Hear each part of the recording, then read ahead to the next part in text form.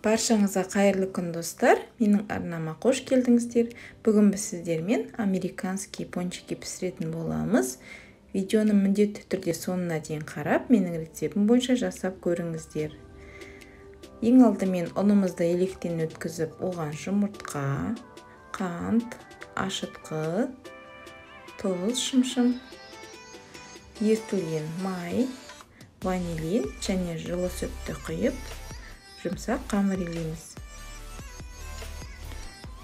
Сүтіміз міндетті түрде жылы болу керек, сонда қамырымыз тез көтеріледі. Осы пончикқа керек заттардың мөлшерін описание бөлімінен көре аласыздар. Ол яғни осы видеоның соңында астыға стрелка тұрады, соны бассаңыздар описание бөлімі шығады. Қамырымызды илеп алдық. Ие қанғанша қолға жабыспау керек. Енді целлофанға салып, шамамен 1 сағатқа қойып қоямыз.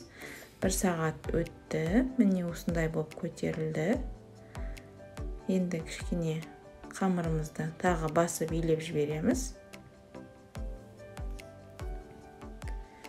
Сонан соң қамырымызды жаятын боламыз. Оны қосып та қоспайда жаюға болады, қамыр жабыспайды.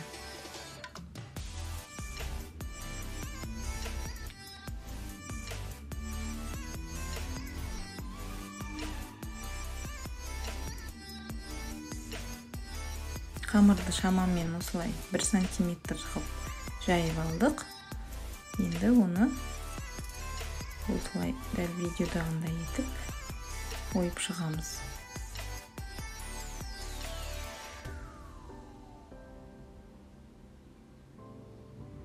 Ортасын сәл кішірекпен оямыз.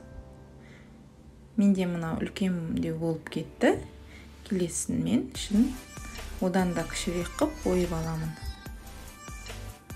Сіздерде арнайы осылай пончик істейтін болса, сонымен ойсаңыздар болады. Сонан соң бәрін осылай тізіп алып, сәл көтерілгенше бетін жауып қоя тұрамыз.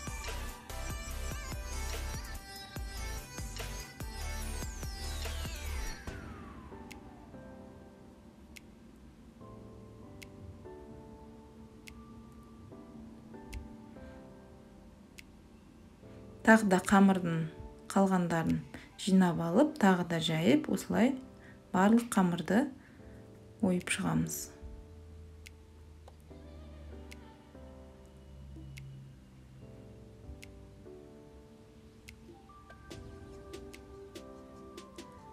Міне кішкене осылай көтерілді, 10 минут тұрып.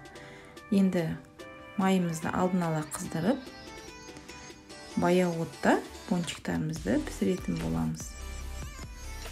Біздің май қатты қайнап кетпеу керек, астын сәл ғана қосамыз.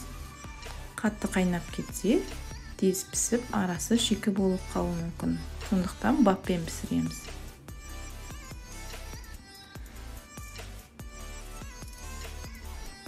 Осылай таяқшаның көмегімен аударсаңыздар, өте оңай аударылады. Және де осылай піскен пончиктарды жинап алуға да өте ыңғайлы.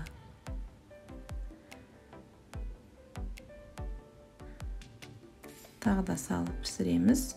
Достар, егер де менің арнама тіркелмеген болсаңыздар, міндетті түрде тіркеліп алыңыздар.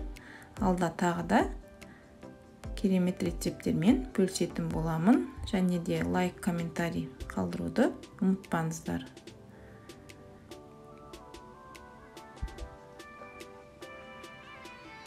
Осылай пончиктар пісіп шықты. Енді оған бетіне глазур дайындайтын боламыз. Мен ақ шоколад пен қара шоколадты осылай араластырып дайындап ертіп алдым. Сливки құйып ертіп аламыз. Мына ақ шоколадты өздеріңіз қалауыңызша әртүрлі түске бояуға болады. Мен балалардың қалауымен осындай розовый түске бояп алдым. Осылай дәл видеодағындай бәрін беттерін бояп шықсаңыздар болады. Және де қалауларыңызша бетіне присыпкалар сепсеңіздер болады.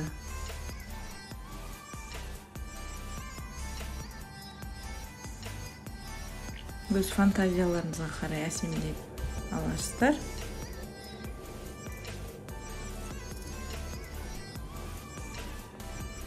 Және де ақ шоколадпен осылай жасап шықтым.